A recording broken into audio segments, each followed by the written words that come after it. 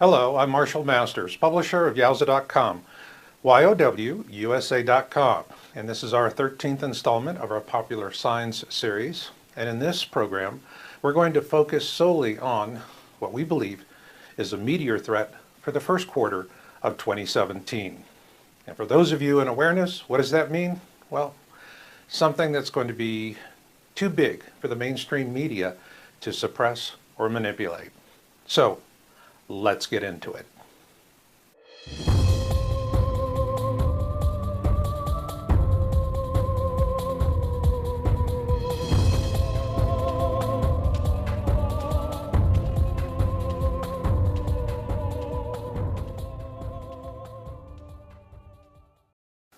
For many years, those of you in awareness have been telling me about your dreams, visions, and premonitions.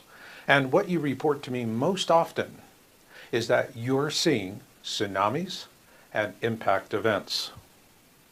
This is why I have come to believe that those of you with awareness of the Planet X system shall become the soothsayers of the tribulation to come, a person with the ability to foresee or project into the future. And as such, you stand upon the shoulders of many who have preceded you throughout human history, notably the ancient Mayans. For the ancient Mayans, the ability to foresee the future was necessary to protect current and future generations. And as with all good prophecy and prediction, there are two elements, the harbinger and the prediction. And what the ancient Mayans were counseling future generations to do was to be observant for a harbinger sign, one that would be witnessed as a rare celestial event, namely the transit of our solar system through the heart of the Milky Way in the plane of our galaxy. That with the appearance of this celestial harbinger sign, a future generation would know the time had come to prepare for a tribulation. More precise than any calendar ever conceived by Western civilization, the Mayan calendar faithfully ticked off the millennia to a date when the observation of this celestial harbinger sign would become possible, and by our own calendar we know that date to be December 21, 2012. Yet what did we see? We did not see the harbinger, the event that would foretell what was coming. Rather, we were shown the event in its wrongful place. Ergo, our fears and worries of the future were easily played upon by Hollywood and cable television networks. Consequently, we were intentionally misled to ignore the harbinger, and what was the result of that? Embarrassment, accusation, mockery, and ridicule so fierce and unrelenting that all mention of the Mayan calendar ceased to part our lips. But was all this criticism righteous or foolish? Consider this. Over the years, I have often said, the closer something comes to the truth about Planet X, the quicker it disappears. Yet, all of this speculation by media about December 21, 2012 was not suppressed, but encouraged, and there was a tremendous profit-taking. Yet the greatest reward for the elites was that they had found a way to suppress awareness of what is to come, so that many will die as a result of that. It was for this reason that 3 months after the Chelyabinsk meteor damaged approximately 7,200 buildings and injured 1,500 people, we revisited the true meaning of the Mayan calendar prediction in our article titled Were the Mayans Using Anunnaki Knowledge, published in May 2015 by J.P. Jones. When J.P. Jones began working on his article back in April of 2015, he chose two data sets to help him prove or disprove his hypothesis that December 21, 2012 was in fact the harbinger and not the event prophesized. Those two data sets are earthquakes and fireballs.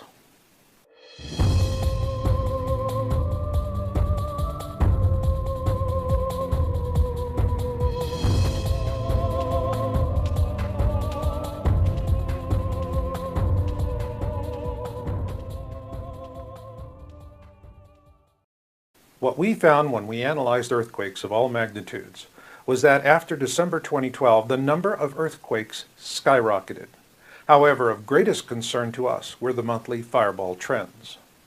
Here you see our chart from that article for the years 2011, shown in green, 2012, shown in blue, and 2013, shown in red. While there is a clear trend from 2011 to 2012 with an increase, that year-to-year increase pales in comparison with the data for 2013. So what is the meaning of all this? That we've been misled about the true meaning of December 21, 2012 as a harbinger. This is in the data, which shows us that the first events we'll most likely see at the outset of the coming Planet X tribulation will be deadly meteor events, much like an orchestra playing the overture before the curtain opens. And when the curtain finally opens, we will see Nemesis and its siblings emerging from behind the sun. When that happens, our elitist media will assure us that it will only be an interesting light show. When you see lies on CNN, Fox, and elsewhere about this light show, you'll know that this will be our last window of opportunity to prepare for the tribulation to come. Since we published J.P. Jones' article back in May of 2015, we have continuously monitored fireball activity along with many other different types of activity. And what we want to do right now is help you to create a simple working lexicon of terms so that when you're reading the news or watching the news, you know what to zoom in on.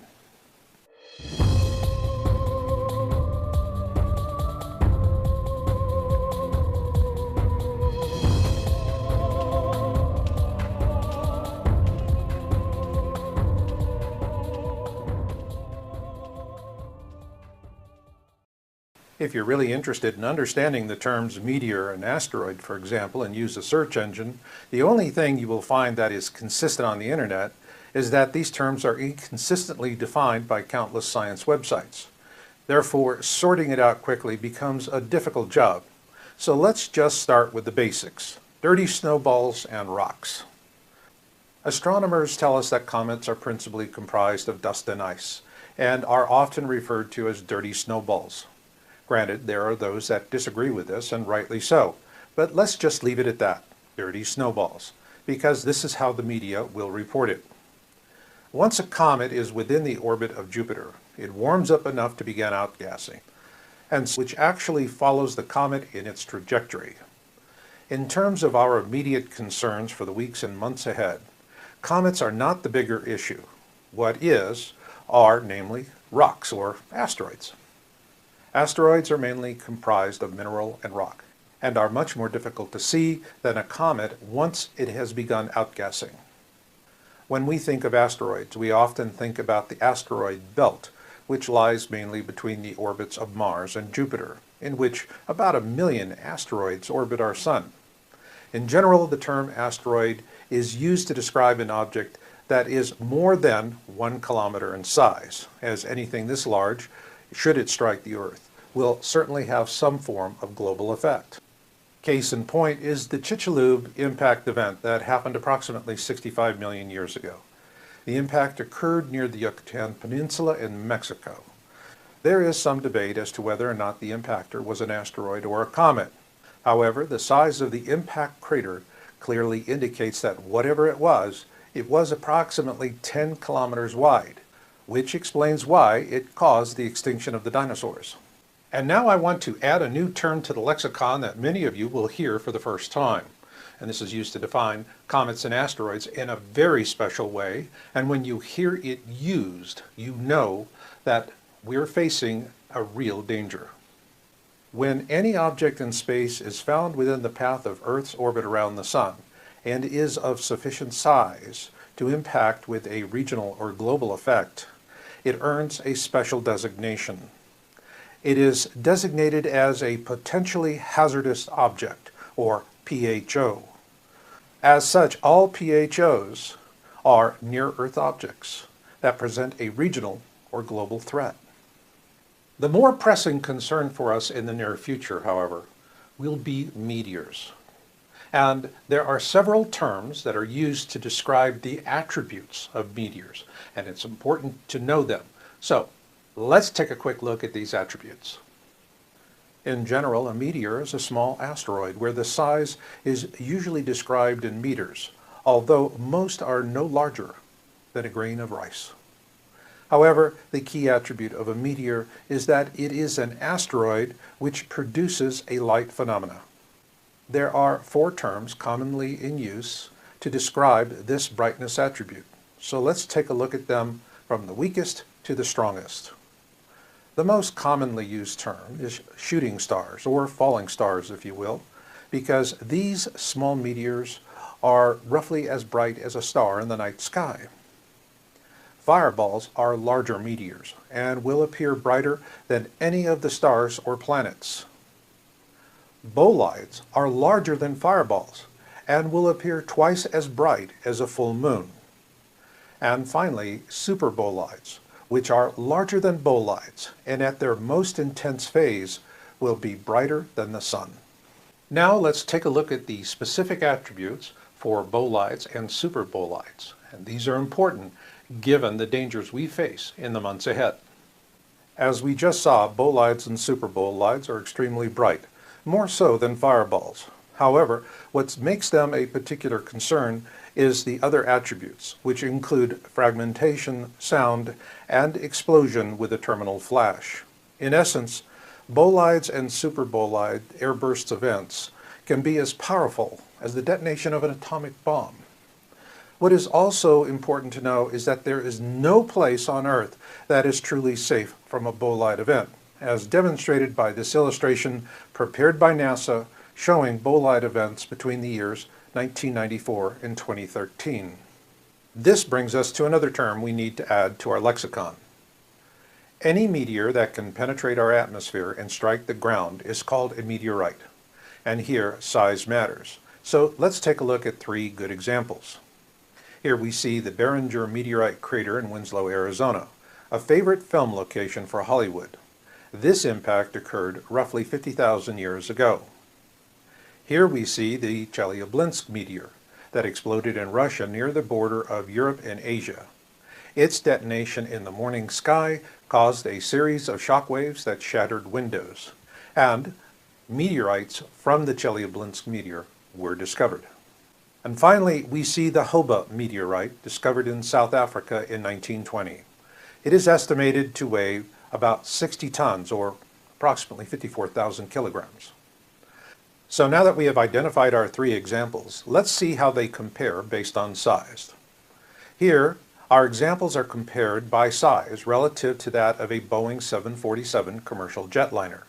And what we see is that the Danger meteor was approximately 50 meters in diameter, and the Chelyabinsk meteor was estimated to be 17 meters in diameter.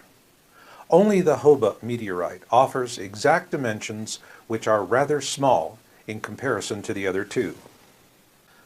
Of the three examples I've just shown you, the one that presents the greatest danger to us in the near term is another Chelyabinsk event. So, let's revisit that.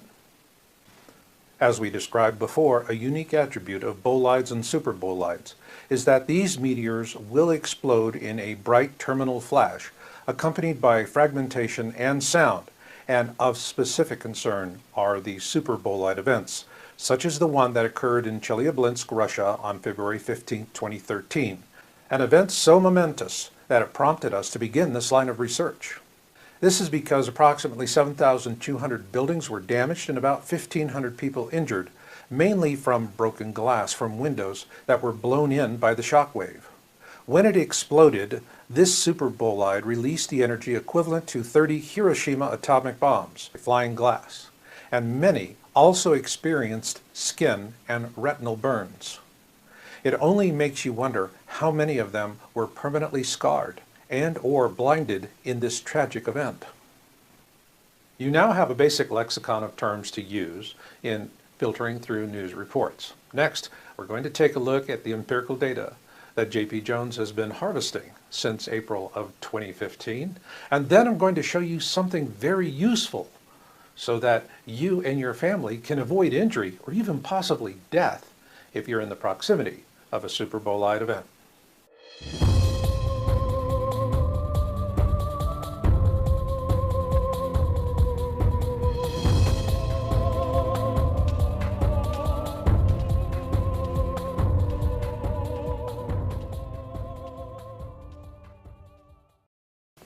Back in April 2015, J.P. Jones and I set out to decide the data sets we would use for his May 2015 article, Were the Mayans Using Anunnaki Knowledge? We first chose earthquakes, and that was an easy choice. What was a little more demanding was meteors, because of the inconsistent terminology used by science sites. But as we refined our search, we decided upon monthly fireball trends as our second data set. The best available source for our fireball data set was the American Meteor Society, which was founded in 1911. To learn more about them, visit amsmeteors.org. Since April 2015, we've tracked several different AMS datasets, but the three we found to be the most revealing were monthly total fireballs, multi-state fireballs, and huge event fireballs. So let's take a look at the SIGNS fireball data for this year, beginning with the monthly total fireballs. Number 6 was our first SIGNS article for 2016.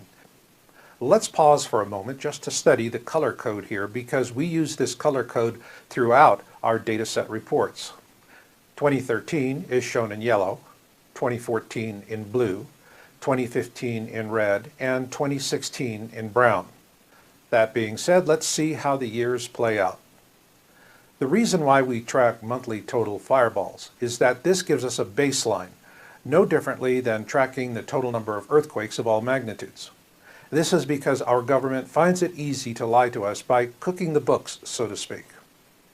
And here in November, you can see that there has been a very consistent uptick in terms of the total number of fireballs per month throughout the year. With that, let's take a look at the multi-state fireballs for 2016. Multi-state fireballs, as the name implies, are reported by observers in multiple states, provinces, or even across national boundaries in one or more countries. As we can see here, the trend for multi-state fireballs is for the most part consistent with the total number of fireballs per month we saw previously.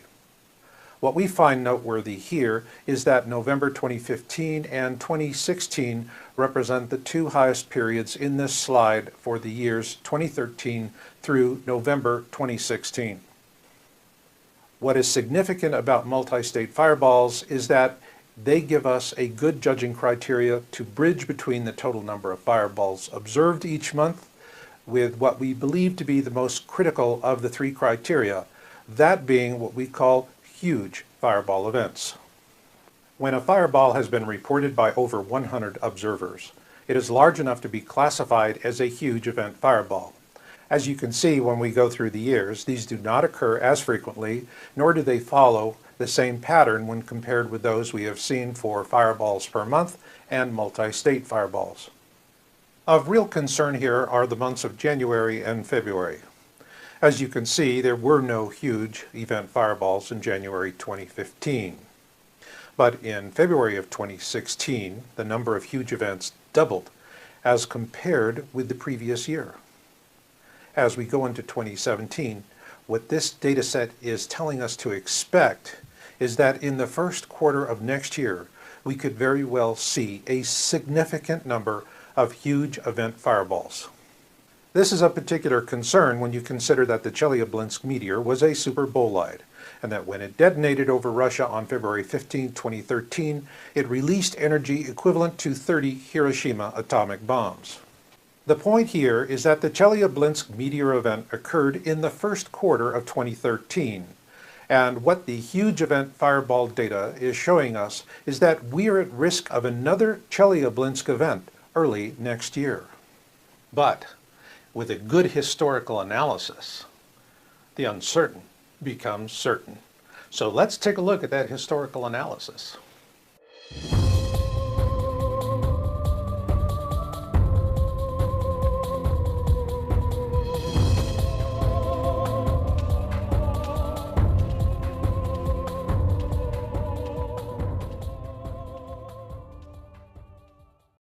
Given that the numbers we've seen so far are really shocking, let's begin our historical analysis with a look at the total number of fireballs reported going back to the year 2009.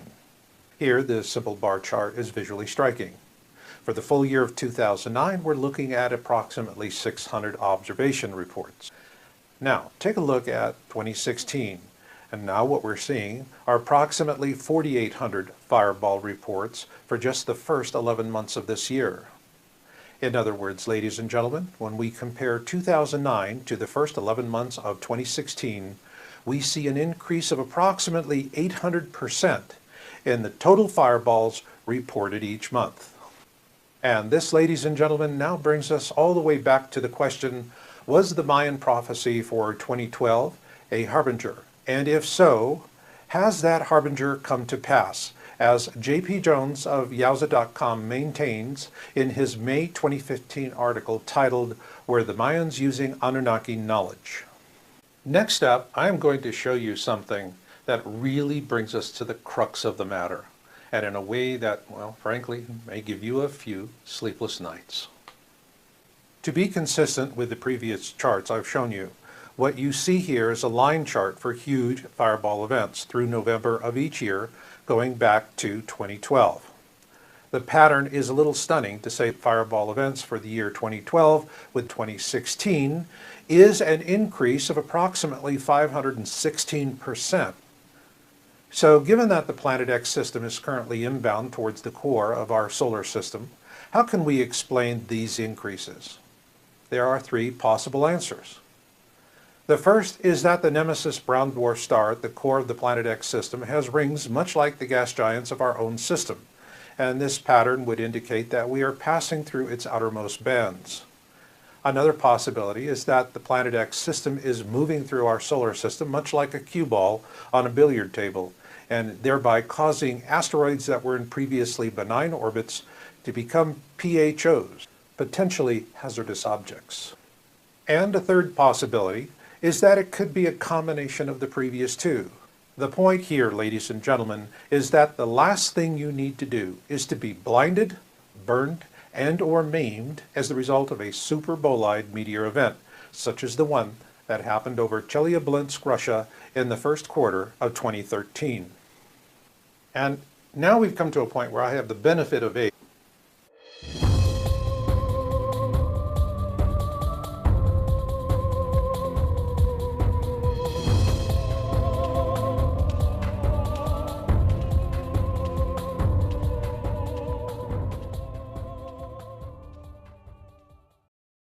As a young boy in school, I remember duck and cover drills such as the one you'll see in this video produced in 1951 called Duck and Cover, produced by our government. But I also remember my teachers telling me that they felt watch this next clip. Be like Bert. When there is a flash, duck and cover, and do it fast. Here are some older boys showing what to do if the flash comes when you are not in the classroom. This is what to do if you should be in a corridor. You duck and cover tight against the wall this way. Remember to keep your face and the back of your neck covered tightly. Try to fall away from windows or doors with glass in them.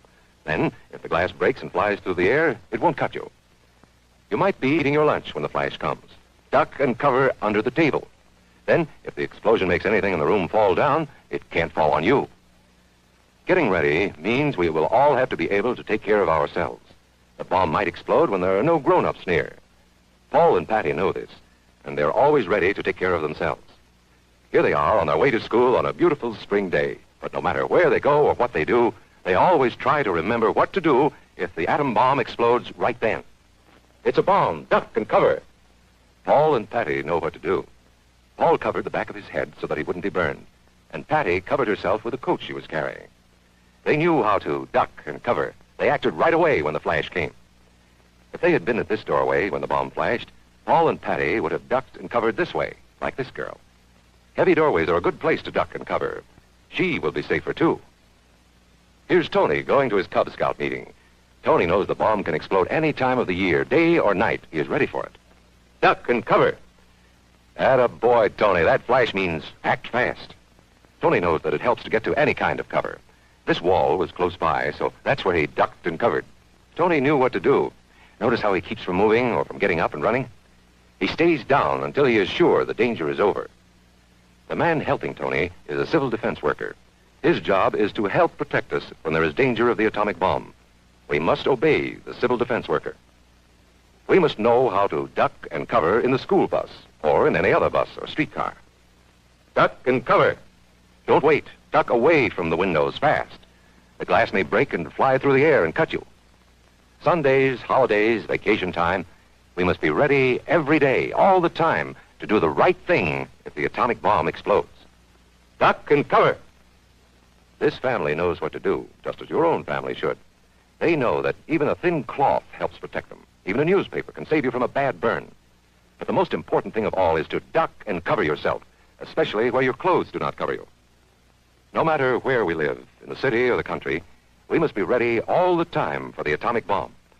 Duck and cover. That's the first thing to do, duck and cover. The next important thing to do after that is to stay covered until the danger is over. Like they say, old tricks are the best tricks. And the smart thing to do is not to use your smartphone in the midst of a Super Bowl light event. Rather, the smart thing to do is duck and cover. And I'll leave it on that note. So until the next time we meet, remember Marshall's motto, destiny comes to those who listen and fate finds the rest. So learn what you can learn, do what you can do, and never give up hope. This is Marshall, and I'll catch you on the backside.